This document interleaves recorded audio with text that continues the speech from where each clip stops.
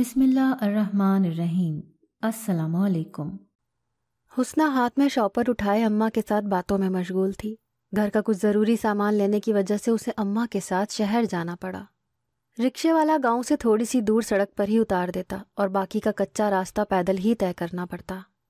گرمی اور غصے سے تپی ہوئی اماں ابھی بھی رکشے والے کو صلاحیں سنا رہی تھی اور حسنہ ہنستے ہوئے ماں کو ہی دیکھ رہی تھی۔ یہ اماں کی ہر بار کی عادت تھی۔ اس سے پہلے کہ حسنہ اماں کو خاموش کرواتی، ایک اڑتا ہوا سانپ اس کے کاندھے پر آ لگا۔ خوف کے مارے وہ چیخ پڑی۔ اماں بھی اس کی یہ دہشت ناک چیخ سن کر بوکھلا گئیں اور اپنی ساری پریشانیاں بھول کر جلدی سے اس کی طرف متوجہ ہوئیں۔ آئے ہائے، کیا ہوا حسنہ؟ کیا ہوا میری شہزادی، میری بچی، کیا ہوا؟ جبکہ حسنہ بیچاری شاپروں کو دور اچھال کر ابھی بھی اپنے کندھے کو جھاڑتے ہوئے چیخ رہی تھی۔ وہ سانپ اس کے پیروں میں الٹا پڑا تھا، جس کو دیکھ کر ایک دفعہ اماں بھی ڈر گئی۔ حسنہ 2 قدم پیچھے ہٹ کر مسلسل کانپتے ہوئے اس سانپ کی طرف دیکھ رہی تھی اور اماں اسے۔ اس سے پہلے کہ وہ کچھ سمجھ پاتی، کھیت سے ہنستے ہوئے مزمل، علی اور احمد اسے اپنی طرف متوجہ کر گئے۔ معاف کرنا حسنہ باجی، صرف یہ ایک پرینک تھا، سانپ بھی نکلی لیا ہم نے، بس یہ دیکھنا تھا کہ تم کیا کرتی ہو۔ وہ ہنسی سے لوٹ پوٹ ہوتے ہوئے اسے بتا رہے تھے۔ غصے کی شدید لہر اس کے تن بدن میں پھیل گئی۔ اب اسے سارا معاملہ سمجھ آ چکا تھا۔ غصے سے اس نے ذکی کی طرف دیکھا جو موبائل بند کر رہا تھا۔ ان چاروں لوفروں کو وہ اچھی طرح جانتی تھی، پورے محلے والوں کے لیے عذاب، ہر بندہ ان سے تنگ تھا۔ نہ ان کے یہ روز روز کے ڈرامے ختم ہونے تھے، نہ محلے والوں نے سکون میں آنا تھا۔ اب بھی یقیناً اس نکلی سانپ کا سہارا لے کر وہ اس کی ویڈیو بنا چکے تھے۔ اس مشہور ہونے کے چکر نے انہیں بغیرت بھی بنا ڈالا تھا۔ ماں بہن کی عزت کرنا تک وہ بھول چکے تھے۔ اماں بآواز بلند ان کو گالیوں سے نواز رہی تھی جن کا ان پر کم ہی اثر ہوتا۔ وہ ہرگز ان لوفروں کے منہ نہیں لگنا چاہتی تھی۔ غصے اور بے بسی سے اس کی آنکھوں میں آنسو تھے۔ پوری راہ وہ اس ٹک ٹاک بنانے والی کمپنی کو گالیاں دیتی رہی جس نے آج کی نوجوان نسل کو گمراہ کر ڈالا ہے۔ گھر پہنچ کر بھی وہ دیر تک اپنے کمرے میں بیٹھ کر روتی رہی۔ اماں نے تو پکا ٹھان لیا تھا شام کو وہ جا کر چاروں کے باپوں کو خوب سنا کر آئے گی، جو اپنے بچوں کی اچھی تربیت کرنا تو جیسے بھول ہی گئے تھے، مگر وہ جانتی تھی اس سب کا کوئی فائدہ نہیں ہے۔ مزمل، علی، احمد اور ذکی، 3-4 لڑکوں کا بدنام گروہ پچھلے 6 ماہ سے ٹک ٹاک جیسے موذی مرض میں مبتلا تھا، جو ایک واقعی لا علاج مرض تھا۔ ان چاروں کے باپ جتنے غریب اور شریف تھے، یہ 4 لڑکے اتنے ہی لفنگے اور لوفر بن گئے۔ رہی صحیح کسر ٹک ٹاک پر مشہور ہونے کے بھوت نے ادا کر دی۔ محلے کا کوئی بندہ ان کے کارناموں سے بچا ہوا نہیں تھا۔ ہر روز کی ایک نئی کہانی، ہر روز ایک نیا شکوہ ان چاروں کے والدین کا منتظر ہوتا۔ کبھی یہ سڑک پر چلتے ہوئے نظر آتے تو کبھی کسی فنی ویڈیو کے لیے ڈرامہ کرتے نظر آتے۔ جوانی کے جس دور میں انہوں نے ماں باپ کا سہارا بننا تھا، وہ الٹا بوجھ بنے بیٹھے تھے۔ وہ اس بات کا پکا یقین رکھتے تھے کہ وہ بھی ایک دن مشہور ہو کر بہت بڑے ٹک ٹاکر بنیں گے۔ سب محلے والے اور ان کے والدین ان کی عزت کے بارے میں جان پائیں گے۔ یہ غلط فہمی ان کے دلوں میں مکمل پروان چڑھ چکی تھی۔ جانے یہ سستی شہرت جو اپنا آپ یا دوسروں کا تماشا بنا کر حاصل ہوتی ہو، جانے کس کام کی، مگر یہ سمجھنا ہر کسی کے بس کی بات نہ تھی، نہ ہی وہ چاروں سمجھ پائے۔ اپنے ماں باپ کی عزت کا تماشا بنا کر، ان کی تربیت پہ انگلیاں اٹھوا کر وہ اس بات کا ازالہ چند دنوں کی شہرت اور اس شہرت سے حاصل ہونے والے چند پیسے سے ادا کرنا چاہتے تھے۔ شاید جنہوں نے تعمر عزت نہ کمائی ہو، وہ اس کی شان و شوکت سے کیا واقف ہوں گے۔ مزمل رشید احمد کا بیٹا تھا، وہ رشید احمد جس نے ساری عمر سرکاری اسکول کے دروازے پر کھڑے ہو کر چوکیداری کی۔ مزمل اس کی اکلوتی اولاد تھی۔ شادی کے 7 سال بعد امید کی کرن نے دروازے سے جھانکا تو جیسے شیدے اور کرمائی کو جینے کی وجہ مل گئی۔ 9 ماہ کرمائی نے گن گن کر گزارے، بھلا 7 سال کا انتظار طویل نہیں تھا؟ آس پڑوس کی ہمدردیاں تو کبھی لوگوں کے تانے تشنے، سسرال والوں کی دھمکیاں کہ شیدے کو دوسری بار بیاہ کر ہی اولاد کی خوشی حاصل کر سکیں گے، مگر اللہ سے مانگی گئی دعائیں قبولیت کے درجے کو پا چکی تھی۔ شیدہ تو ہمیشہ کہتا کہ پگلی جھلی ہے تو، بھلا میں تجھے چھوڑ کر ایسا کیوں کروں گا، مگر اسے بھروسہ نہیں تھا۔ اولاد تو ہر ایک کی خواہش ہے اور ہر ایک کو چاہیے۔ اب اس کی زندگی کی ہر خواہش کامل تھی۔ ننھے سے مزمل کے رونے کی آواز پہلی بار گھر میں گونجی تو اس کے ساتھ کرمائی اور شیدے کی بھی بلک نکل گئی۔ خوشی کے مارے رونا آ گیا، شکرانے کے آنسو گالوں پر بہہ نکلے۔ بچپن لاڈ پیار میں گزرا، جو خواہش منہ سے نکلی پوری ہوتی گئی۔ شیدہ کبھی کبھار ڈانٹ دیتا تو کرمائی کی جان حلق میں اٹک جاتی۔ اسکول جانے کی عمر ہوئی تو اسکول بھی بھیج دیا تاکہ پڑھ لکھ کر اچھے مستقبل کو حاصل کر سکے۔ یہاں پر اس کی دوستی اس کے کلاس کے 2 لڑکوں علی اور احمد سے ہوئی۔ علی چاچے سلیم جبکہ احمد چاچے خادم کا بیٹا تھا۔ کچی پکی کلاسوں سے ہوتے ہوئے وہ 5 جماعت میں پہنچ گئے۔ یہاں پر ان کی دوستی ذکی سے ہوئی اور یوں ان کا گروپ مکمل ہو گیا۔ وہ چاروں ہمیشہ اکٹھے کھیلتے پائے جاتے، چاروں کے شوق ایک جیسے اور چاروں من مرضی کے مالک۔ پڑھائی میں بھی وہ زیادہ تیز نہیں تھے۔ مزمل اور احمد پھر بھی کچھ نہ کچھ پڑھ لیتے، مگر دوسرے 2 آواروں نے یہ بھی زحمت نہ کی۔ سادہ لوح ماں باپ بھی یہی سمجھتے رہے کہ اسکول میں ان کے بچے پڑھ لکھ کر ان کے بڑھاپے کا سہارا بننے جا رہے ہیں۔ اسکول سے واپس آنے کے بعد وہ گاؤں کی نہر کے پار چلے جاتے اور وہاں پر شام ڈھلے تک کھیلتے رہتے۔ چاروں کے والد مزدور تھے، لہٰذا ان کو کھلی چھٹی تھی۔ نہ ہی دن بھر ان پر کوئی نظر رکھنے والا تھا اور نہ ہی نظر رکھنے کی کوشش کی۔ ذکی عمر میں ان سے تھوڑا سا بڑا تھا، مگر اپنی 3 بہنوں سے چھوٹا علی اور احمد دونوں چچا زاد تھے، لہٰذا کسی کے والد کو بچوں پر کڑی نظر رکھنے کی ضرورت ہی محسوس نہ ہوئی۔ یہ سب گھر کے بچے تھے اور گھر کے بچے بھلا کہاں بگڑتے ہیں، مگر یہ بھی گھر والوں کی خام خیالی ثابت ہوئی۔ جیسے جیسے عمر نے بڑھنا شروع کیا، عمر کے تقاضے بھی بڑھتے گئے۔ مشکل سے اللہ اللہ کر کے 10 جماعتیں پاس ہوئیں تو چہروں پر ہلکی ہلکی داڑھی بھی نمودار ہو گئی۔ عمر کا سب سے نازک حصہ، جہاں کچھ سمجھا نہیں بس سنا اور مانا جاتا ہے، وہ بھی یہی کرتے گئے۔ غلط صحبت کا یوں اثر پڑا کہ وہ بنا سوچے سمجھے ہر بات مانتے اور سنتے چلے گئے۔ چاچا شیدہ بھی اب بڑھتی عمر کی طرف جا رہا تھا۔ کرمائی اپنے گھبرو جوان کو دیکھ کر سارا دن صدقے واری ہوتی رہتی۔ اب کوئی پریشانی نہیں تھی، اب ان کا بیٹا جوان تھا اور پوری 10 جماعتیں پاس۔ چاچا شاید اسکول سے اب ریٹائرمنٹ لے چکا تھا۔ گھر میں ہی چند بکریاں اور 2 گائیں اس کا ذریعہ معاش تھا، جس سے گھر کا اچھا گزارا ہو رہا تھا، تب تک جب تک کہ مزمل کی بڑھتی خواہشوں نے سر نہ اٹھایا۔ اس عمر کی سب سے بڑی خواہش اور اس دور کی سب سے بڑی مرض موبائل فون، جو کہ اس وقت صرف ذکی کے پاس تھا۔ ذکی سے چند دن چھوٹی موٹی فلموں اور چھوٹے موٹے ڈرامے دیکھنے کے بعد اب وہ بھی اس بات پر بضد تھا کہ اسے بھی 1 عدد موبائل لے کر دیا جائے، اور مائی کرمائی بھی یہی سمجھتی تھی کہ اس عمر کے ہر بچے کے پاس موبائل ہے تو اس کا مزمل کیوں پیچھے رہے۔ جبکہ چاچے شیدے کی خواہش تھی کہ مزمل بڑا ہو گیا ہے، اپنا کمائے اور اپنی خواہشیں پوری کرے۔ اس کی بوڑھی ہڈیوں میں اب اتنی سکت نہیں رہی کہ وہ مزمل کی ہر خواہش کو پورا کر سکے، مگر گاؤں اور گاؤں کی عیاشیوں کو اور اپنے عیاش گروپ کو چھوڑنا مزمل کے بس کی بات نہیں تھی، لہٰذا اس نے بھی بھوک ہڑتال شروع کر دی۔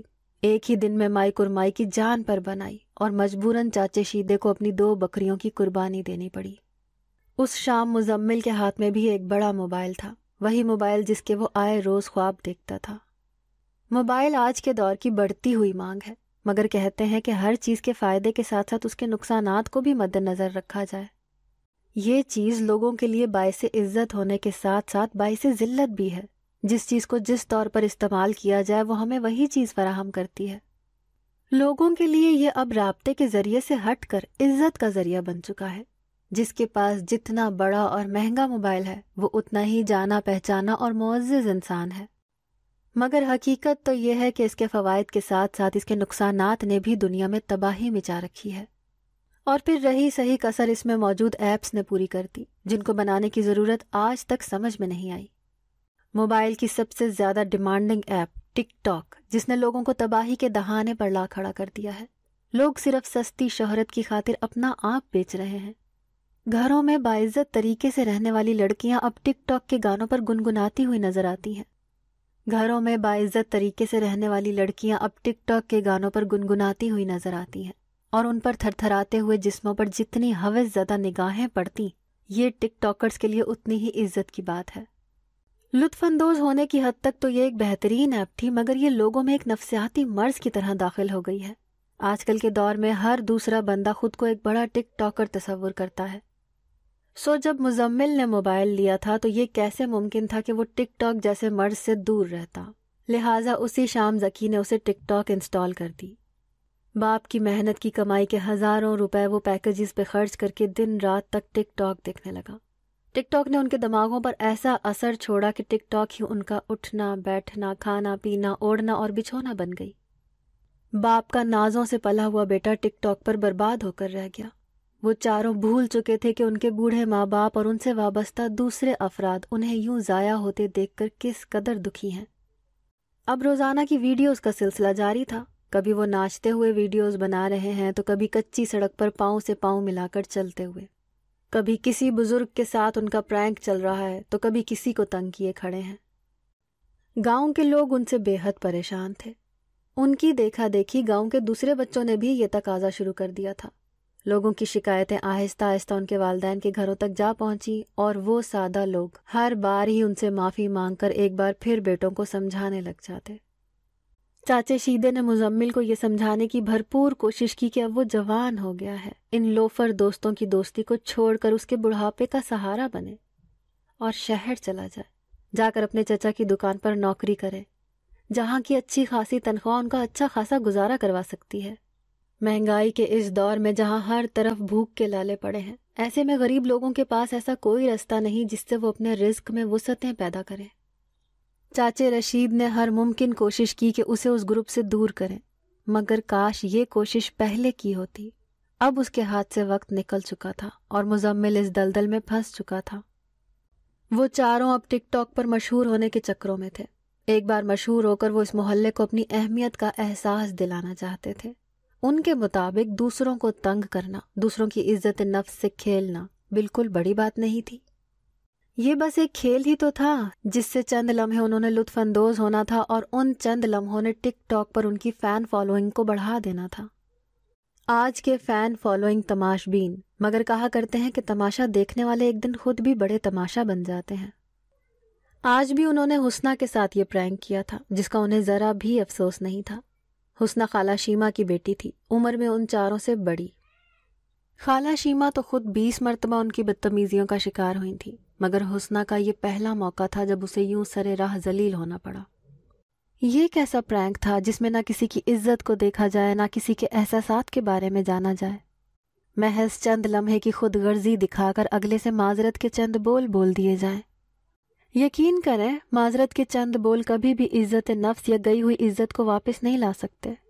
حسنہ کافی دیر اپنے کمرے میں بیٹھ کر روتی رہی۔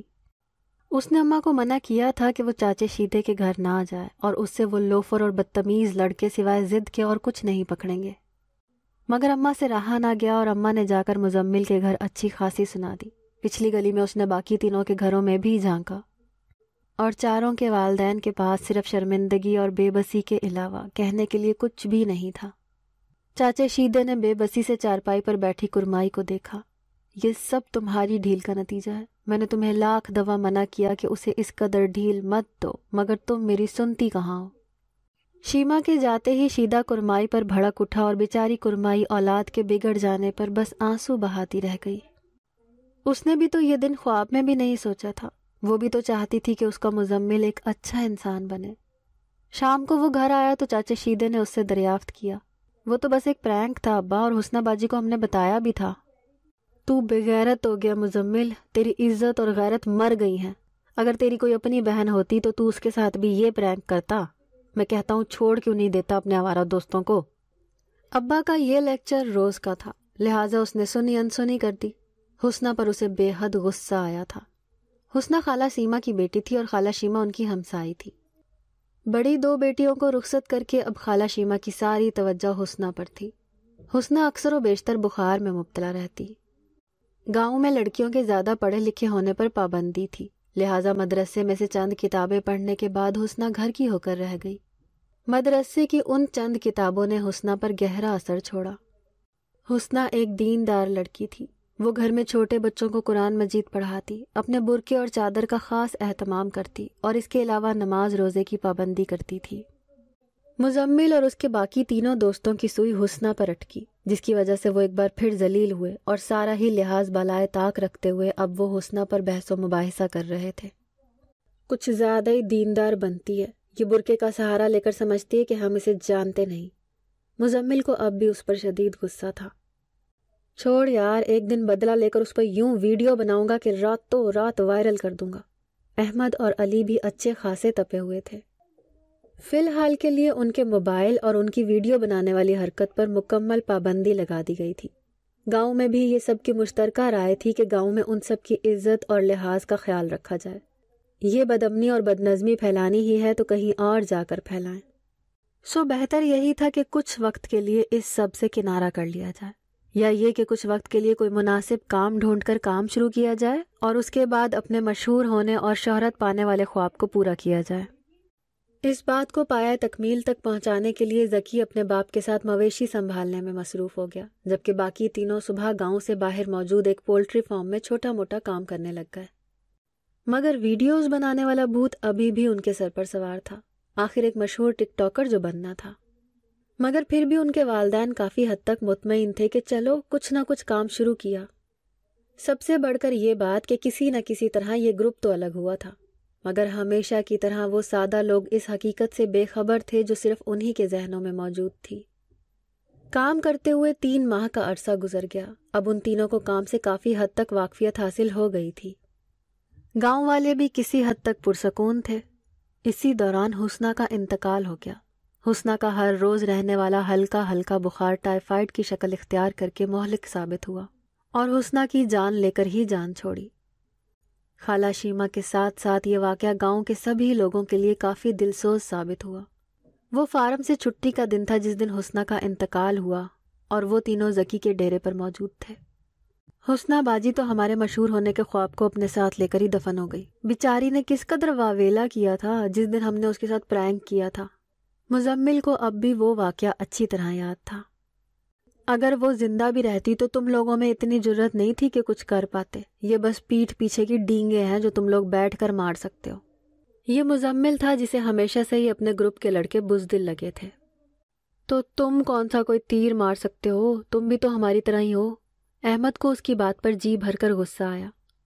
اب تم لوگ آپس میں لڑنا بند کرو۔ حسنہ مر گئی اور تم لوگوں کا مشہور ہونے کا خواب بھی ایک دن مر ہی جانا، کیونکہ مجھے تو ایسا کچھ نظر نہیں آ رہا کہ تم لوگ کچھ کرنے کے قابل ہو۔ ذکی نے انہیں بحث کرتے دیکھ کر بات ختم کرنی چاہی۔ تو تمہارا کیا خیال ہے؟ اب اس کی میت سے ہم وائرل ہو جائیں گے؟ اگر اتنا ہی آسان ہے تو تم کیوں نہیں کر لیتے؟ مزمل ابھی بھی غصے میں تھا۔ حسنہ تو پکا جنت میں جائے گی، دیکھ لینا تم لوگ، علی نے رازدارانہ انداز میں جھک کر کہا۔ اچھا، تمہیں بڑا اندازہ ہے جنت دوزخ کا، تم کون سا دیکھ کر آ رہے ہو جو سب پہلے سے جانتے ہو؟ احمد کو جیسے اس کی بات ہضم نہیں ہوئی۔ تو ہمت کرو، چلو دیکھ لیتے ہیں اور دنیا کو بھی دکھا دیتے ہیں، شاید سچ میں وہ حسنہ ہی ہے جو ہمیں مشہور کروا سکتی ہے۔ سارے فساد کی جڑ کی بات پر تینوں ایک پل کے لیے چونک گئے اور پھر ایک دوسرے کو دیکھنے لگے، گویا انہیں خود سے اس راہ کی امید نہیں تھی۔ مگر کہتے ہیں کہ انسان جب نفس کو بے لگام کر کے خواہشوں کے گھوڑے کو چھوڑ دے، پھر اسی سمت جانا ہوتا ہے جہاں وہ لے جائے۔ تب لوگ خدا کی مرضی کو فراموش کر دیتے ہیں اور خود پر نفس کی مرضی کو مسلط کر دیتے ہیں۔ ایسے لوگوں کے لیے ضمیر کی آواز بھی مر جاتی ہے، اور جب ضمیر کی آواز مر جاتی ہے تو پھر فرق نہیں پڑتا انسان کس سمت میں جائے، کیونکہ جب تک اسے سمتوں کا تعین معلوم کرنے والی حس ختم ہو چکی ہوتی ہے۔ مگر یہ ہم لوگ ہیں جو سوچتے ہیں کہ خدا کی رسی جس قدر لمبی ہے ہم بھاگتے چلے جائیں۔ ہم یہ نہیں سوچتے کہ جس دن یہ رسی ہمارے سروں پر آ کر پڑے گی تب ہمارے پاس فقط افسوس کے علاوہ اور کوئی راستہ نہیں ہوگا۔ اور اس نے ہر شخص کو ایک مخصوص مدت کے لیے مہلت دی ہے، وہ تعمر کی مہلت فراہم نہیں کرتا۔ ایک مخصوص مدت کے بعد وہ اپنے سامنے ظاہر کرتا ہے، پھر وہ فقط اپنی کاریگری دکھاتا ہے، تب انسان کچھ نہیں کر پاتا۔ مگر افسوس انسان یہ سب کچھ جاننے کے باوجود وہی کرتا ہے جو اس کا نفس اسے کہتا ہے، کیونکہ وہ نفس کی غلامی پر معمور اور مجبور ہے۔ اگر وہ نفس کی آواز کو مار دے تو شاید دنیا میں برائیوں کا جن ختم ہو جائے، انسان اب عورت اور شیطان پر الزام لگانے سے بری الذمہ ہو جائے اور نہ ہی اس الزام تراشی کی ضرورت محسوس ہو۔ محلے کی فضا آج غمزدہ سوگ میں ڈوبی ہوئی تھی، ہر چہرے پر غم کے علاوہ حیرانگی کی ایک تاریخ رقم تھی۔ لوگ تجسس سے ایک دوسرے کی آنکھوں میں جھانک رہے تھے۔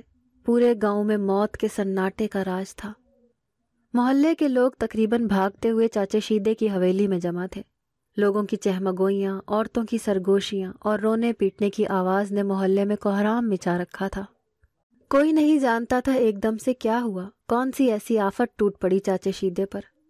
آئے ہائے، پچھلے سال تو اس نے یہ نیا گھر بنایا تھا جس کی چھت دھڑام سے گر کر صرف چاچے شیدے کا ہی نہیں، گاؤں کے اور 3 گھروں کا بھی بے حد نقصان کر چکی تھی۔ بھلا یہ کیا، گھر کی چھت چاچے شیدے کی گری اور نقصان باقی گھروں کا کیسے؟ نہ صرف چاچے شیدے کا اکلوتا بیٹا اس چھت کی زد میں آ گیا تھا، بلکہ اس کے ساتھ اس کے باقی 3 دوست بھی شامل تھے۔ 4 اکٹھے جوانوں کی موت۔ آس پاس سے محلے کے لوگ بھی چاچے کی حویلی میں امڑ آئے۔ 4 لڑکوں کی بہنوں اور ماؤں نے رو رو کر اپنا سینہ پیٹ لیا تھا، اور ان کی حالت دیکھ کر آس پاس کھڑے لوگوں کی آنکھیں بھی اشک بار تھیں۔ ملبے کے ساتھ ساتھ غم کا بھی ایک ایسا کثیر ملبہ تھا جس نے لوگوں کے دلوں کو اپنی لپیٹ میں لے رکھا تھا۔ گاؤں کے جوان اور 4 لڑکوں کے بوڑھے والد ملبہ ہٹانے کی کوشش میں لگے ہوئے تھے۔ آخر ایک دم سے ہوا کیا؟ نہ کوئی زلزلہ، نہ کوئی بارش، نہ کوئی طوفان۔ یہ عذاب الہی کا نزول تھا جو ان 4 لڑکوں پر ٹوٹ پڑا۔ گاؤں کے لوگ حد درجہ ان کی زیادتیوں کا شکار تھے۔ آئے دن ان کے ڈرامے، ان کے پرینک اور ان کی آوارہ گردیوں نے لوگوں کو پریشان تو کر رکھا تھا، اور اس کے ساتھ ساتھ ان کے والدین کو شرمندہ کروانے میں بھی کوئی کسر نہیں چھوڑی تھی۔ مگر لوگ ہمیشہ ان کے لیے ہدایت چاہتے تھے، موت نہیں۔ مگر جو راستہ انہوں نے اپنے لیے خود چنا تھا، اس سے کیسے وہ پیچھے ہٹتے؟ قدرت نے پھر وہی راستہ ان کا مقدر بنا دیا، کاتب تقدیر نے وہی راستہ ان کی تقدیروں میں لکھ دیا۔ ملبہ ہٹانے کے بعد جو ملا وہ سب ناقابل برداشت تھا۔ ان 4 گھروں کے لوگ چیخ چیخ کر رو رہے تھے۔ عین جوانی میں اس طرح ظلم سے بھری ہوئی موت، خدا پناہ۔ ملبہ ہٹانے کے بعد جو پہلی لاش برآمد ہوئی وہ اس قدر پسی ہوئی تھی کہ شناخت بھی بہت مشکل تھی، مگر کسی طرح کپڑوں اور باقی نشانیوں سے یہ بات ثابت ہو گئی کہ یہ احمد ہے۔ احمد کے والدین کی تو دنیا ہی اجڑ گئی، وہ جنہوں نے بچپن سے جوانی تک پال پوس کر بڑا کیا، جنہوں نے کندھے پر اٹھا کر فقط چلنا سکھایا، وہ کیسے یہ برداشت کر جائیں گے کہ اب اس گھر کا چراغ ہمیشہ کے لیے بجھ چکا ہے؟ احمد کے بعد علی، علی کے بعد مزمل۔ چاچا شیدہ اس وقت دکھ کی اتھاہ گہرائیوں میں ڈوب چکا تھا۔ ایک بوڑھے شخص کی تعمیر کی محنت ضائع ہو گئی، وہ خوبصورت محنت جس کو ابھی بھی وہ سر انجام دے رہے تھے، مگر شاید ان کی محنت اپنے لیے کسی اور ہی راستے کے انتخاب میں تھی۔ وہ راستہ جو ہمیشہ رائے گاں کر دیتا ہے، وہ راستہ جس نے اچھے اچھوں کو ضائع کر دیا، بد نصیبی کا وہ راستہ جہاں آ کر نصیب چپکے سے ہاتھ چھوڑ دیتا ہے، جہاں وہ 70 ماؤں سے زیادہ چاہنے والی ہستی ناراضگی اختیار کر لے، جہاں وہ بے رحم رحیم ہمیں اپنی رحمت سے محروم کر دے۔ تو اس وقت جان لیجئے کہ یہ راستہ ہمارے لیے بد نصیبی کا راستہ تھا۔ یہاں آ کر ہماری لگاموں کو کس لیا جائے گا۔ جب انسان اس کی رحمتوں اور نعمتوں کی قدر نہیں کرتا، پھر وہ انسان پر اپنا قہر برسانا شروع کر دیتا ہے۔ وہ تو اس قدر رحیم ہے جو چپکے سے ہمیں یہ احساس دلاتا ہے کہ اس نے ہمیں تنہا نہیں چھوڑا، وہ ہمیں جانتا ہے، اور عن قریب ہمیں ایسی بلندیوں سے نوازے گا کہ ہم حیران رہ جائیں گے۔ اس کی بلند و بالا بلندیوں سے زیادہ اور کوئی چیز نہیں بلند۔ ایک ذکی تھا جس میں ابھی بھی سانس باقی تھی۔ ایمرجنسی سروسز پہ کال کر کے جلد از جلد اس ٹیم کو بلایا گیا۔ وہ بھی بری طرح کچلا جا چکا تھا، بس اسے معجزہ کہتے ہیں یا معجزاتی طور پر، مگر وہ ابھی بھی زندہ تھا۔ اس کے سوکھے ہوئے لب اور ویران آنکھیں جیسے حسرت کر رہی تھیں کہ ہم ایک بار اس قابل ہو جائیں کہ جن آنکھوں کو ہم نے ہوس بھری اور کینہ بھری نظروں سے دیکھا ہے ان کو معتبر مان کر نظر جھکا لیں۔ مگر ایک مخصوص وقت کے بعد ہر خواہش کامل نہیں ہوتی، اور ایسا ہی ہوا۔ ذکی کی دونوں ٹانگیں بے حد برے طریقے سے ٹوٹ چکی تھیں اور اس کے دونوں بازو حرکت کرنا چھوڑ گئے تھے، مگر وہ پھر بھی زندہ تھا۔ ڈاکٹرز حیران تھے، وہ پشیمانی اور مایوسی کی گہرائیوں میں ڈوبا ہوا تھا۔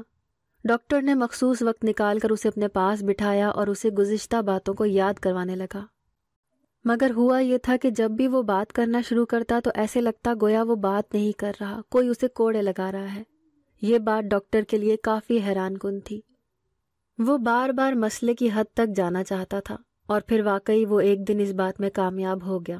ذکی نے اپنے ٹوٹے پھوٹے لفظوں میں اسے جو کہانی سنائی وہ اس قدر دلسوز تھی کہ اس کی آنکھیں حیرت سے پھیل گئیں۔ گاؤں کے باقی لوگ جہاں توبہ استغفار کر رہے تھے، وہیں اس کے والدین خوف اور بے یقینی سے آنکھیں پھیلائے اسے دیکھ رہے تھے، جیسے وہ ابھی ہنس کر کہے گا کہ یہ تو بس ایک پرینک تھا۔ مگر یہ اتنا آسان نہیں تھا، یہ پرینک قدرت کا پرینک تھا۔ یہاں پر چال اچھی چال چلنے والے نے کھیلی تھی۔ ذکی نے بتایا کہ اس روز یہ طے پایا تھا کہ حسنہ کو دفن کرنے کے بعد یہ چاروں جا کر اس کی قبر میں ویڈیو کیمرہ رکھ دیں گے۔ یہی وہ آخری سرا تھا جو انہیں شہرت کی بلندیوں تک لے جاتا۔